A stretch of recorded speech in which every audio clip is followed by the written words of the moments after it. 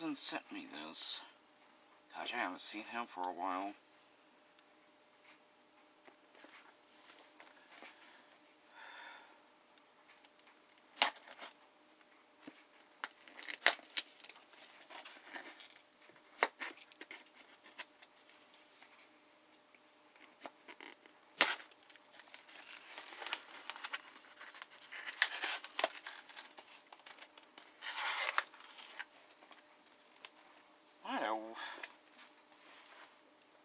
What an oddball packaging.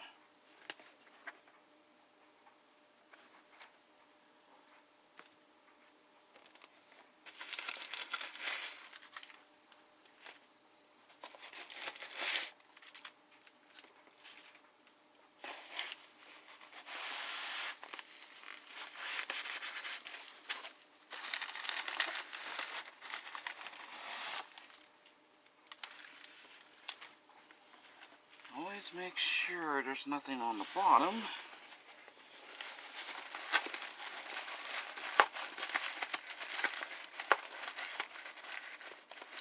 Nope, nothing.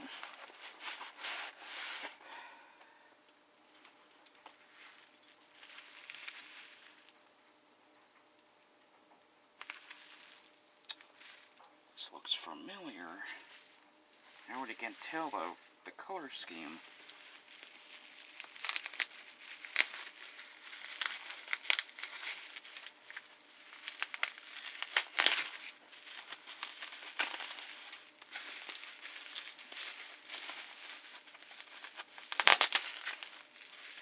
What the?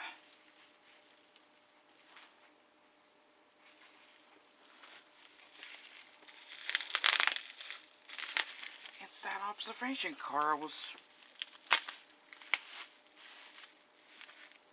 I could be there too. I just got one from off eBay.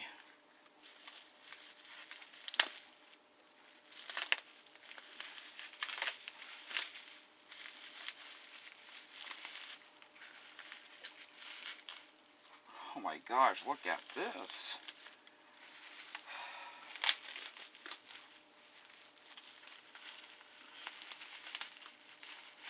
Someone must have told him I like model trains.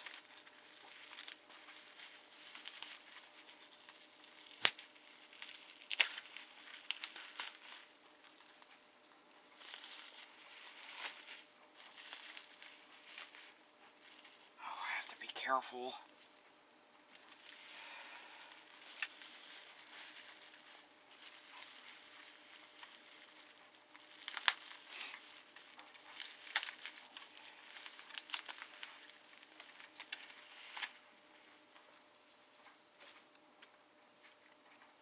Look at that. That looks so nice.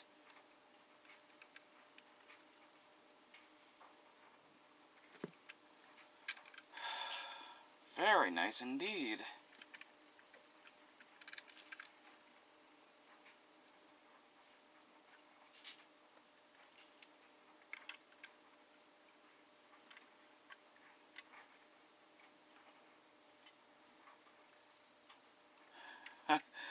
I could tell this is an early stage of the Pullman coach. Pullman. When they're starting making these old wood-side coaches.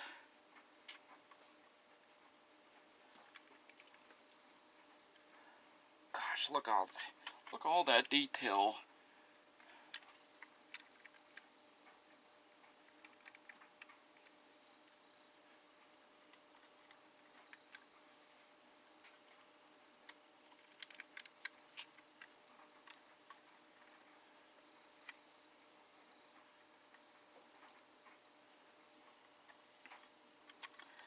Very nice indeed. And the trucks are metal. Oh my gosh, I might be getting 2 of these because I just got one from off eBay and my cousin sent me this one as well. Thank you, my cousin. Thank you very much. Well, anywho, I'm going to show you 3 of my brass locomotives. And I think I got 2 cast metal ones on the shelves. Okay. My very first brass locomotive was number 407 by Toledo Consolidation. And with a Vanderbilt tender, and this is a Baldwin type. And I got this at the swap meet years back in Monroe, when they had always they have the swap meets there. And I walk up to the guy's counter. Well, like always, most model railroaders always browse first and get the items last, and that's what I did. And this caught my eye, and there was other Toledo next beside it, so I didn't get that one. I went to buy this one. I got this for $100. And when I got it, I didn't even bother to test it on the test track at the swap meet, so I went to when I was done at the swap meet, I took it home. I tested on the tracks on my layout. This thing runs like it was brand new. No problems with it. This thing is a good runner. It's a heavy locomotive, and you can pull 40 cars behind it. And it's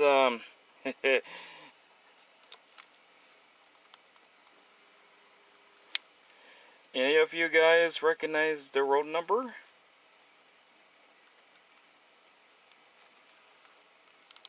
I give you a hint. Amazing Stories. You know the ghost train on there? It was number 407. So I took in the idea, the number of this locomotive, 407. So now this Toledo is considered a ghost train.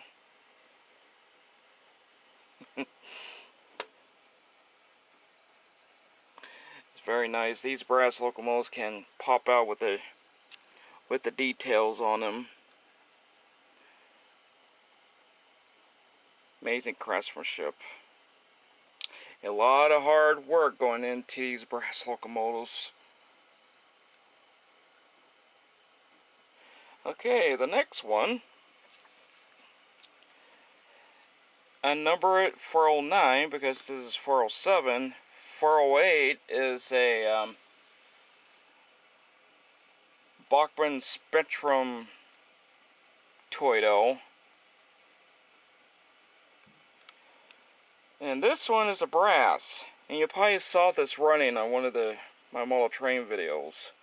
This thing it's amazing. This thing is completely brand new out of the box. I'd had no issues with it. Except, well, for the front part. So the tender,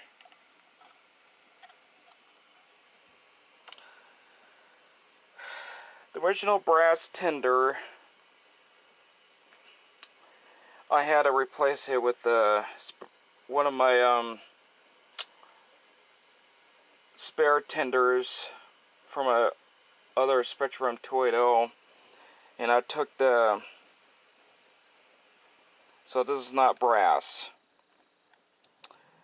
I took off the original trucks and put it on this tender and hook up with the pickups, and went inside the tender and out on where the drawbar grabs. It seems like the locomotive was running fine, except the tender was making that thing run stutter. So when I did that, it helped the locomotive not to stutter. So I got this, let me see. I made a deal for the guy. I asked for about 200. He said, "Oh, that's all right. I can go for 200."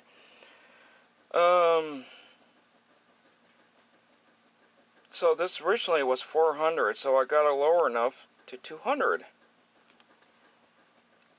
So I did wanted to get a other Toyota, so the Milwaukee Southern has the fleet of Toyotas.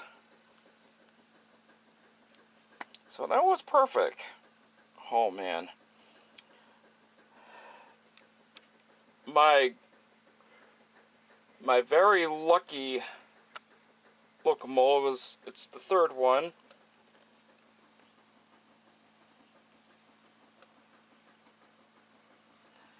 That's a 462 mountain type. It's a Santa Fe. IX Santa Fe. It's Sunset model. Comes with original tender. And probably when I say X Santa Fe, I just hope, Mark, I kept the look of the Santa Fe. The style. So we're probably gonna have a cow, because I have the Milwaukee Road emblem.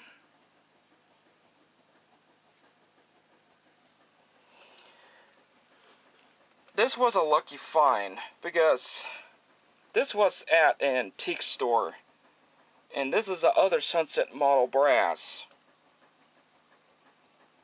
I only got this for $95, and it was brand new in the box. This thing is just completely brand new out of the box, and it runs smooth. So probably most of the people probably thought, what the heck, I am going to these other antique stores, not finding any brass locomotive. You have to keep a good eye on each aisle on those antique stores. That's what I do. I look each lot for model trains.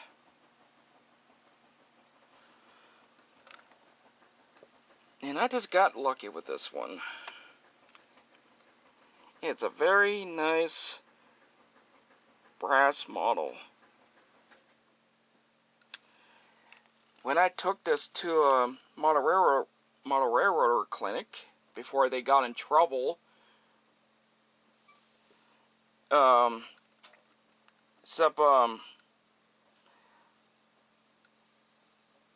left the Santa Fe name on there. I left the original road name. No, wait a minute. This thing came with a road name. I mean, a road number. It didn't came with a road number. Except it was a Santa Fe lettering on the tender, except just no road number. Except when I was up next after the other modelers explain about their models, I explained to them when it was my turn, guys, you should have seen or heard the other guys, other model railroaders there. They were just in shocked. And it was just funny because some of those model railroaders at that clinic don't even go to these antique stores. And it, oh gosh, I won a prize with this brass locomotive. And I added white wall tires. I painted white wall, make it look very nice. This thing is something.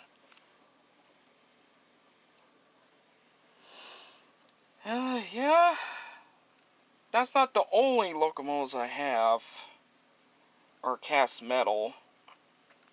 I gotta bring them out. Well, here's my other three. So I know these two are Manitoua, and there's a 04 switcher. This thing is cast metal. I got this at an antique store across from the Hood River. On the Washington side, there's an antique store there, and this was in the box in a container. And I got this for a good deal at the antique store, with the accessories that came with it, and an old style transformer. It's an old Tyco transformer, and it came with a lot of tracks, and I think some of it was, there were buildings in there. So I know I couldn't bring my tools with me when I was on my trip. I had to get some wires because I had the transformer with me and some tracks. So I went to test out the locomotive. It sounded like it has not been run for years. So I couldn't clean or lubricate the moving parts because I didn't have my tools with me. So I had to wait till we got home. And I realized the original tender went with this.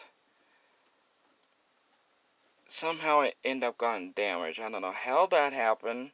It was in the container, protected. I just don't know how it ended up getting broken. So, the locomotive is cast metal, except the tender isn't. I had this tender for some time. I just didn't have a locomotive for it, so it's been sitting collecting dust until I got this locomotive and went to start working on this tender and get it all cleaned up and put the pickup style trucks so the locomotive can get its power from the tender.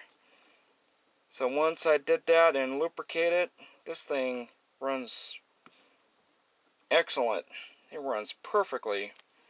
And I give a number spot number 14 as the 4040 number 14 on one of the Milwaukee Road style 040 switchers. So that was perfect. And it's one thing about these cast metal locomotives. You have to do some fabricating to put a coupler in the front, and that's what I did. Some of these Manitouas, some of them did not have a headlight, and this one doesn't. So I didn't want to drill any holes just for the headlight. I didn't want to do that.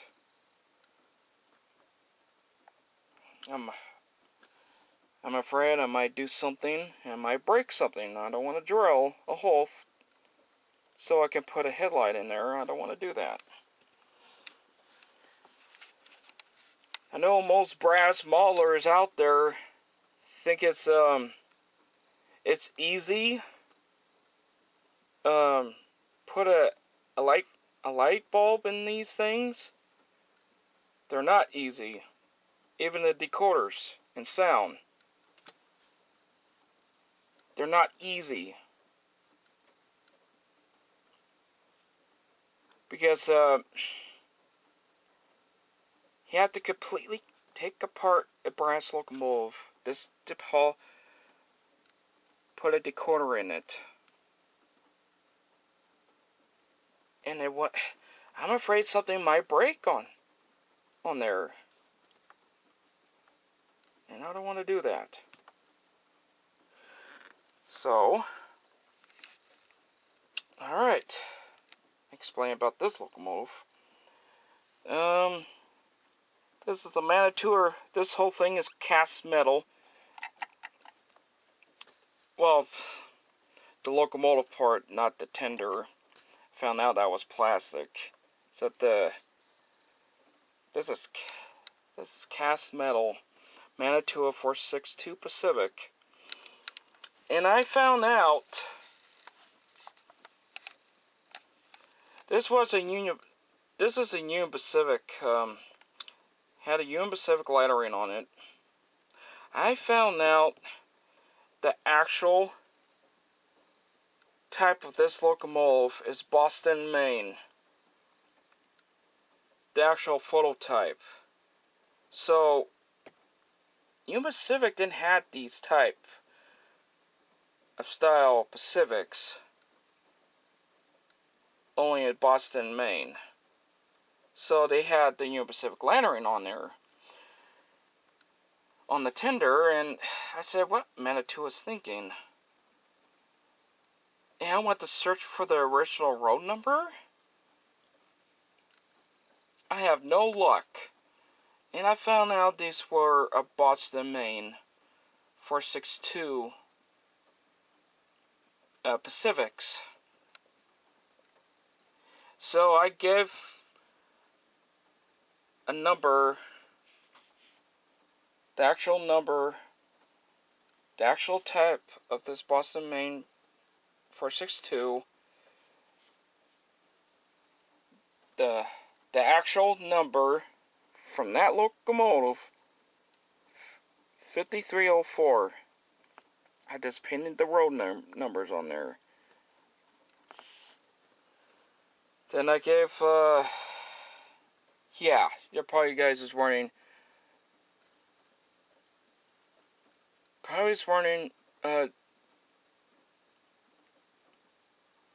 Union Pacific had Pacifics, except this think, do the search on the internet first, because Manitou, I think it was doing fantasy type locomotives, if those railroads will have those. So if they consider this, I consider this is a actual Boston, Maine 462 Pacific. I searched on the internet. So you guys have these Manitou 462 Pacifics. Make sure to search for that locomotive, and in the road number it went with it. Make sure if that's the actual type of that locomotive with that road number. If not, well, you just have to look for the actual road number for the actual type of the locomotive. So if I did this correctly, because this is a Boston, Maine 462 Pacific, the type, the phototype, the real picture. So, yeah, the tender is plastic, so the under chassis is cast metal. So I didn't have problems with this locomotive. This is the other antique locomotive at the antique store. All it just needed oil, clean the wheels, and I make sure it ran perfectly when I got this thing home. And I got this for $30. And does have an actual working headlight.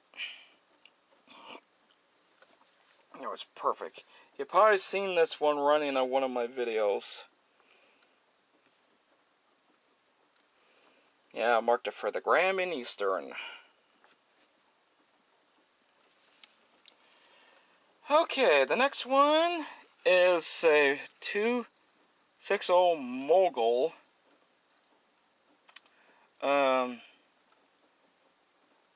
Yeah, this locomotive, I think it's from the 1920s.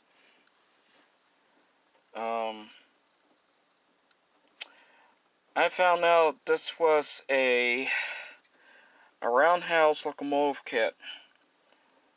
Someone built this as a kit, and I got this at the antique store in Wenatchee. And it was painted in the Southern Crescent Limited paint scheme.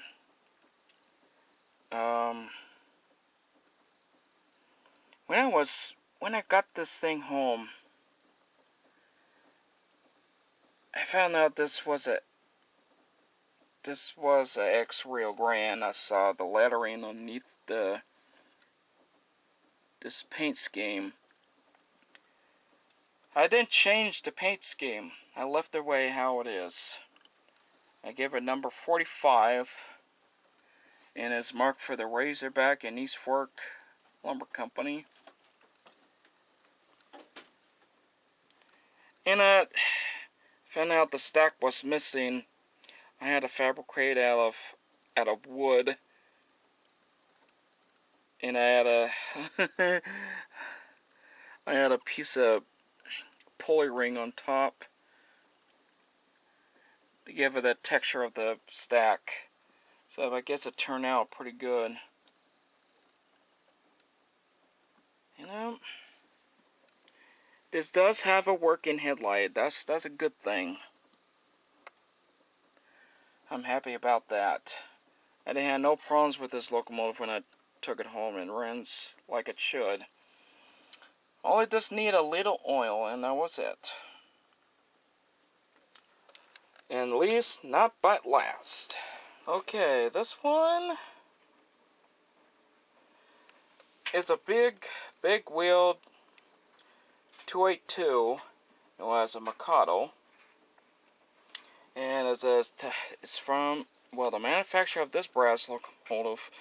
I have 4 brass locomotives. I should have said that. Yeah, I took this out to show you guys. I almost forgot about this locomotive. Yeah, big wheeled 282 Mikado is a Toshiba. I mean, not, I can't pronounce it, the manufacturer is, so it's a brass locomotive. Except the only thing, my friend Rob gave me this locomotive.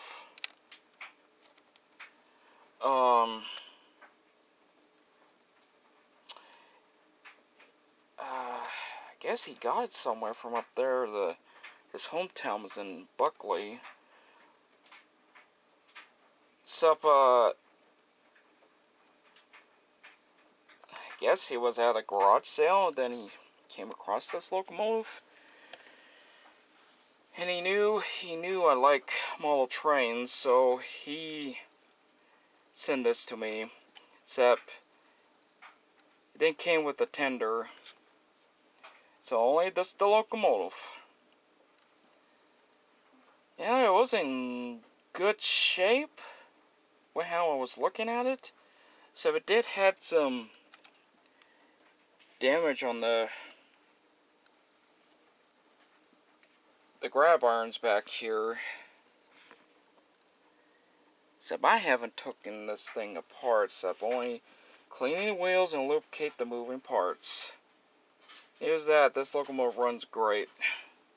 It's got a working headlight. That's a good thing. Gosh, the detail is something else. Yeah, this is the X Great Northern Big Wheel 282 Mikados. Because I looked at the firebox section. Only the Great Northern had those types. Firebox. And even their 280s. Yeah, this thing runs pretty good, and it's heavy. When it's heavy like that, it's gonna pull a lot of cars. Yeah, it's pretty nice. Yeah, and the paint job someone did on it, it wasn't very good. So I had to work on that and give it the nice coat black and graphite smoke box. Give it a nice appearance. Yeah, I wish I knew what happened to that tender. The original tender went with this. I had to go through the boxes with the shells. Without no under chassis. So this tender was in there. It was from one of my Bachmann 060 switchers. Gosh. Those Bachmann 060 switchers always have problems. And I don't know what I should have. I don't know why I even think of buying one of those. Except anywho, this is its tender right now. I give it a top of a Great Northern style tender, except I add the styrene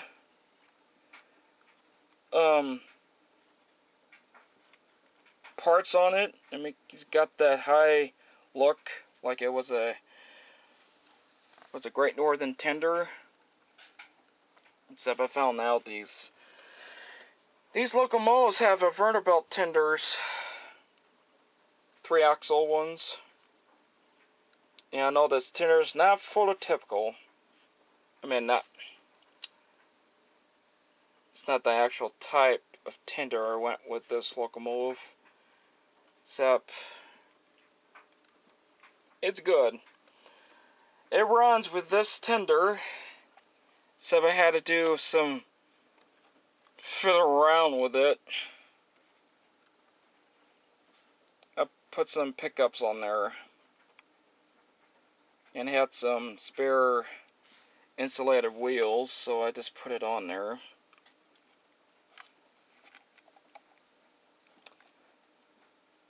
Yeah, that's about it of my brass locomotives. Steam locomotives.